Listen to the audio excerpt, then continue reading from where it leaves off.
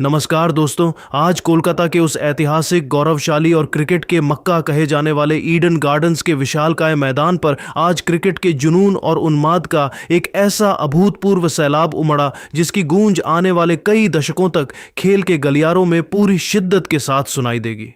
ICC पुरुष टी20 विश्व cup 2026 का यह 52वां मुकाबला महज एक खेल नहीं बल्कि ग्रुप एक का वह करो या मरो वाला महासंग्राम था, जहां हार का मतलब विश्व कप के सुनहरे सपने का अंत था।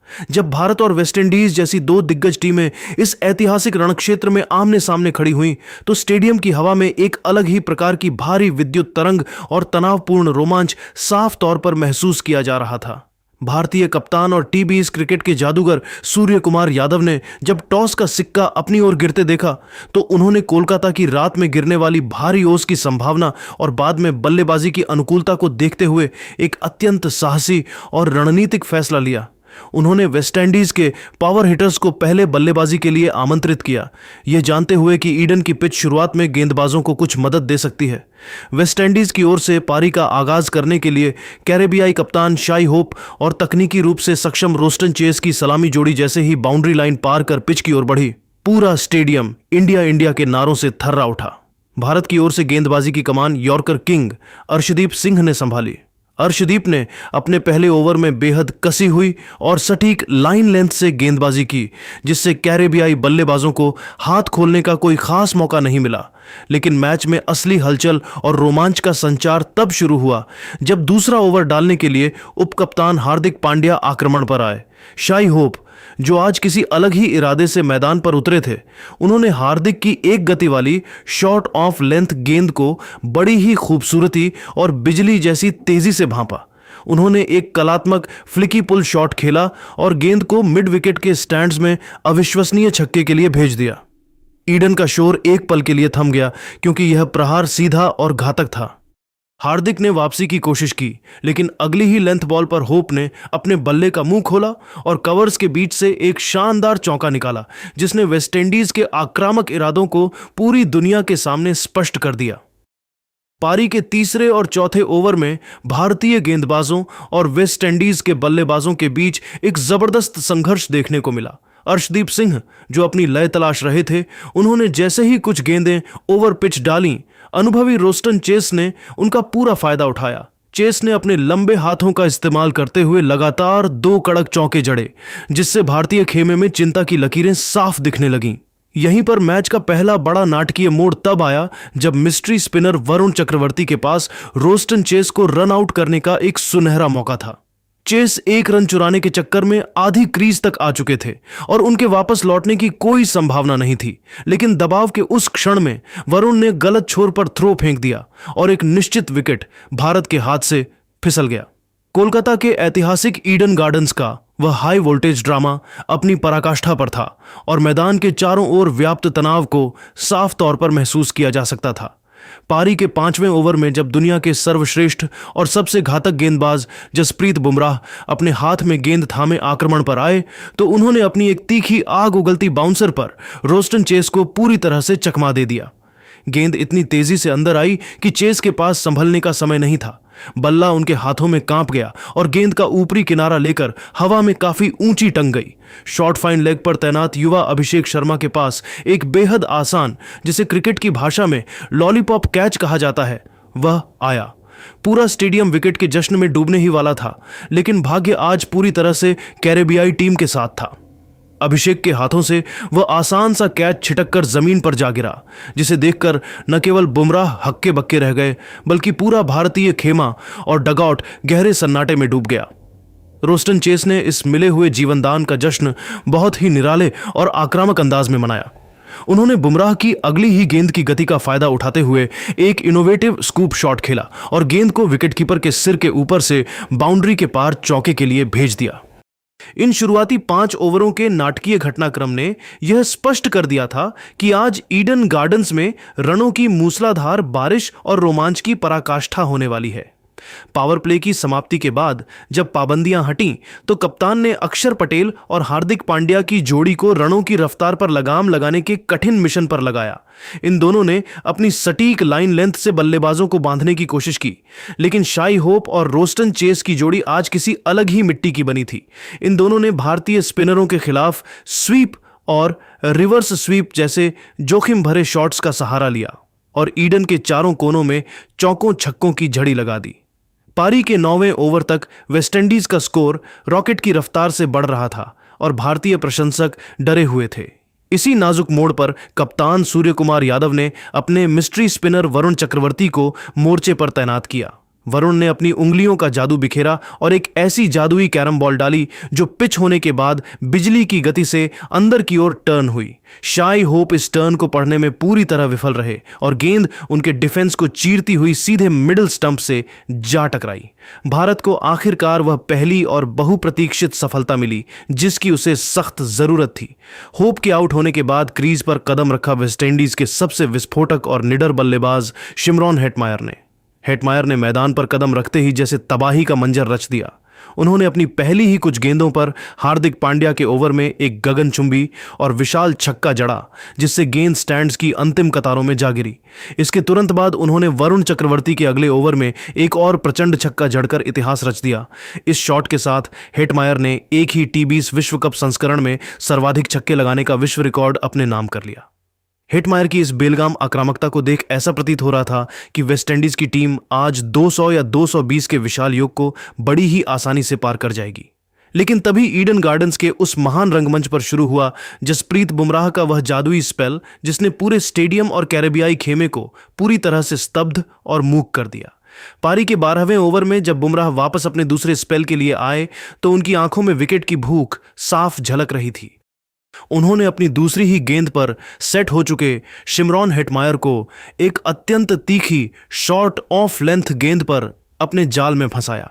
गेंद हेटमायर के बल्ले का अंदरूनी किनारा लेकर विकेटकीपर संजू सैमसन के दस्तानों में बिजली की फुर्ती से समा गई। बुमराह का हेटमायर के खिलाफ टी20 क्रिकेट में यह छठा शिकार था जो उनकी श्रेष्ठता को दर्शाता था। मैच का असली रोमांच अभी समाप्त नहीं हुआ था।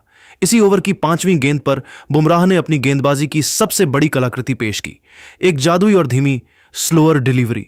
जमे हुए बल्लेबाज रोस्टन चेस गेंद की गति में आए इस भारी बदलाव को बिल्कुल भी पढ़ नहीं पाए और शॉट बहुत जल्दी खेल बैठे। गेंद हवा में किसी पतंग की तरह टंग गई और मिड ऑफ की दिशा में गई, जहां कप्तान सूर्यकुमार यादव ने अपनी दाईं ओर एक चीते जैसी डाइव लगाते हुए एक अविश्वसनीय स्टनर कैच लपका।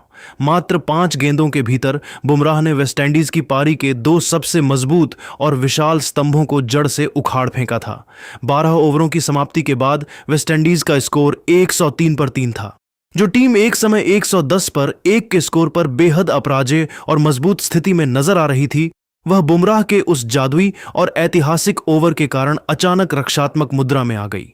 ईडन गार्डन्स की यह पिच अब धीरे धीरे अपनी प्रकृति बदल रही थी और पूरी तरह से स्पिनरों के घुमाव और बुमराह की विविधतापूर्ण गेंदबाजी के पक्ष में गवाही दे रही थी।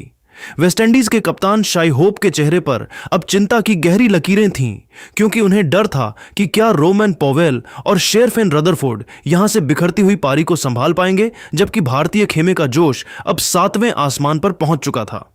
कोलकाता के ऐतिहासिक और भव्य ईडन गार्डन्स की जादुई दूधिया रोशनी में जब वेस्टइंडीज की पारी अपने अंतिम और सबसे निर्णायक चरण में प्रविष्ट हुई तो मैदान पर मौजूद 66,000 उन्मादी दर्शकों को एक ऐसा प्रलयकारी कैरेबियाई तूफान देखने को मिला जिसने भारतीय गेंदबाजी की चूलें हिलाकर रख दी। पारी के 12 ओवरों की समाप्ति पर वेस्टइंडीज का स्कोर 103 था और दुनिया के नंबर 1 गेंदबाज जसप्रीत बुमराह ने 2 लगातार गेंदों पर 2 विकेट चटकाकर भारत की स्थिति को फौलादी मजबूती प्रदान कर दी थी। पूरे स्टेडियम में भारतीय प्रशंसकों का शोर 7वें आसमान पर था, लेकिन किसी को इस बात का इल्म नहीं था कि अगले 8 ओवरों में टी20 क्रिकेट के इतिहास का सबसे विध्वंसक, क्रूर और रोंगटे खड़े कर देने वाला तमाशा अभी अपनी पटकथा लिख रहा है। पारी के 13वें ओवर की जिम्मेदारी कप्तान ने अपने सबसे भरोसेमंद स्पिनर अक्षर पटेल को सौंपी। अक्षर ने अपनी सटीक लाइन और लेंथ से कसी हुई शुरुआत की, लेकिन क्रीज पर मौजूद शेरफेन रदरफोर्ड आज किसी और ही मिट्टी के बने थे। उन्होंने अक्षर की चतुराई को भांपते हुए एक चपट्टी और फ्लैट कैरम बॉल पर घुटने टिकाए और अपनी पूरी शारीरिक शक्ति झोंकते हुए मिड विकेट के ऊपर से एक गगनचुंबी और दर्शनीय छक्का जड़ दिया। बाउंड्री लाइन पर तैनात युवा तिलक वर्मा ने किसी भूखे चीते जैसी फुर्ती दिखाई। उन्होंने हवा में लगभग 4 फीट ऊंची छलांग लगाकर गेंद को लपकने का एक अविश्वसनीय प्रयास किया, लेकिन नियति आज वेस्टइंडीज के साथ थी। गेंद उनकी उंगलियों के पोरों को चूमती हुई बाउंड्री के पार स्टैंड्स में जा गिरी।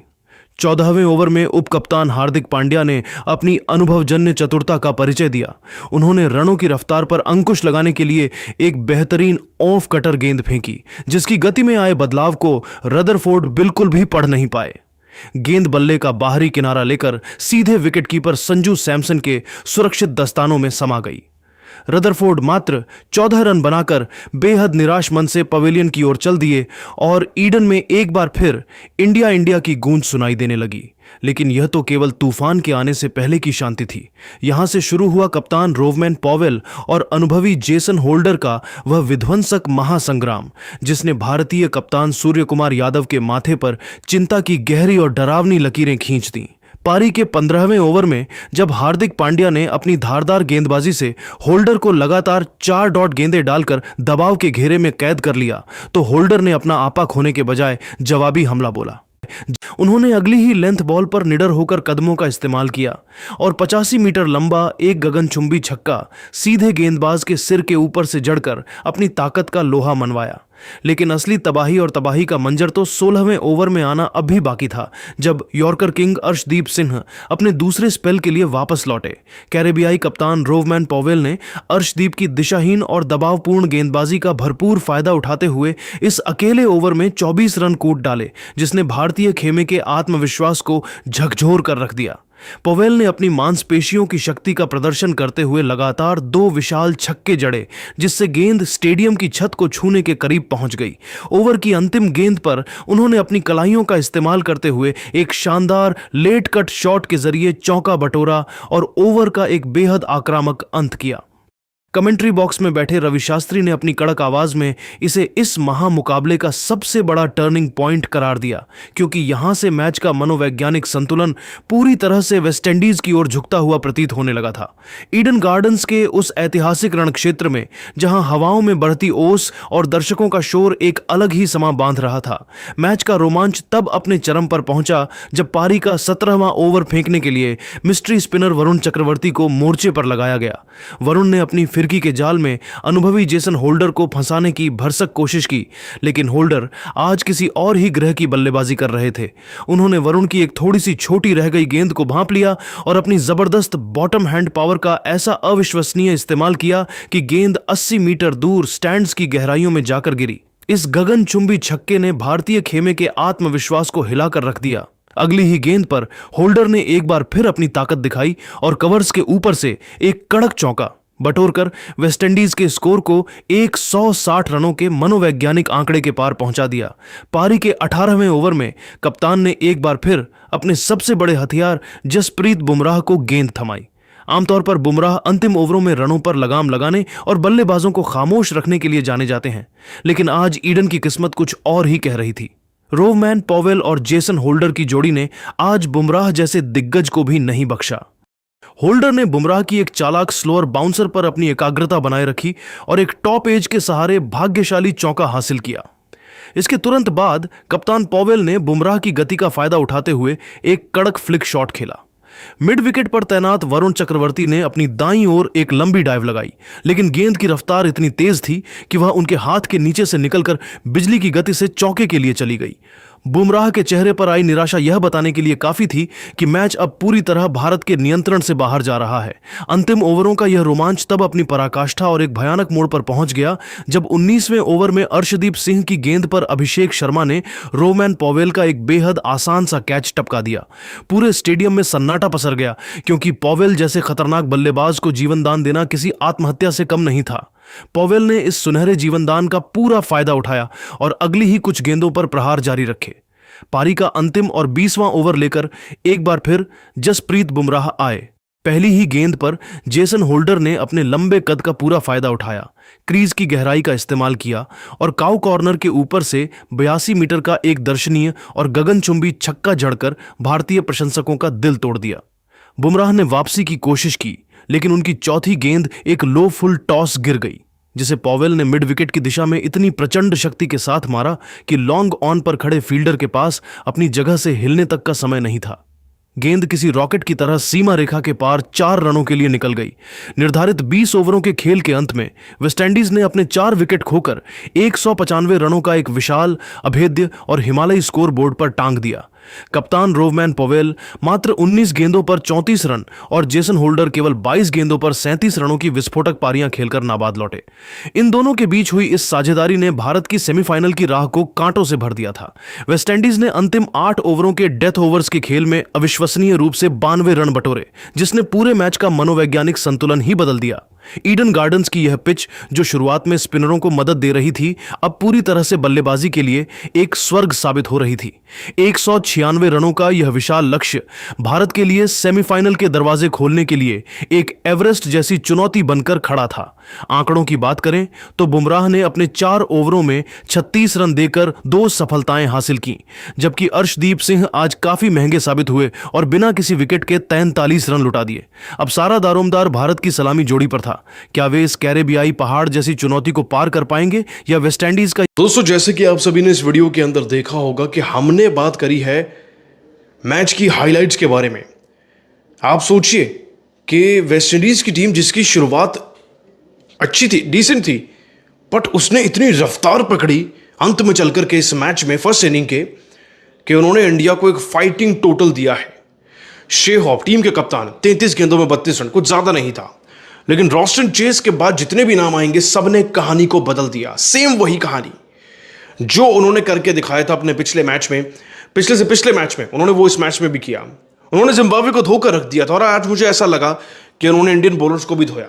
उन्होंने हार्दिक पांड्या को धोया, वरुण चक्रवर्ती का बुरा हाल बना दिया, यहां तक कि उन्होंने रन अक्षर पटेल को भी लगाया। 4 ओवर में 35 रन मार दिए उन्हें, और यह सब हुआ रोस्टन चेस के 25 गेंदों में 40 रन की बदौलत, हेटमायर के 12 गेंदों में 27 रन की बदौलत, रदरफोर्ड के 9 गेंदों में 14 रन की बदौलत, पॉवेल के 16 गेंदों में 28 रन की वजह से, और 16 गेंदों में 27 रन तो जेसन होल्डर ने भी बनाए थे। आप सोचिए, जब इतने शानदार रन बनेंगे तो 180 190 तो छोटा लगेगा ये टोटल। और ये हर किसी को दिख चुका था कि स्कोरबोर्ड पर अब 200 लगने जा रहा है।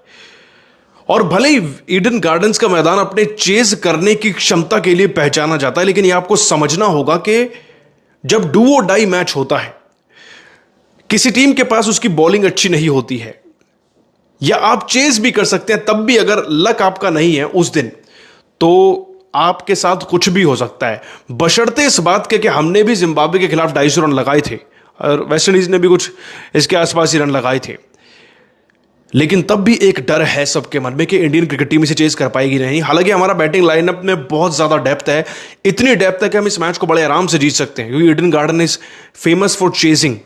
बट यहां पे 200 लगा है बॉस, 200 के आसपास का जो टारगेट लगा है वो इतना इजी नहीं होगा चेज करना। बाकी आप सभी को क्या लगता है कि इंडियन क्रिकेट टीम वाकई में चेज कर पाएगी? इस मैच का विजेता कौन बनेगा? सेमीफाइनल में कौन जा रहा है? आप नीचे कमेंट करके जरूर बताना। बाकी ऐसी अपडेट्स के लिए हमें यूट्यूब पर सब्सक्राइब कर लेना।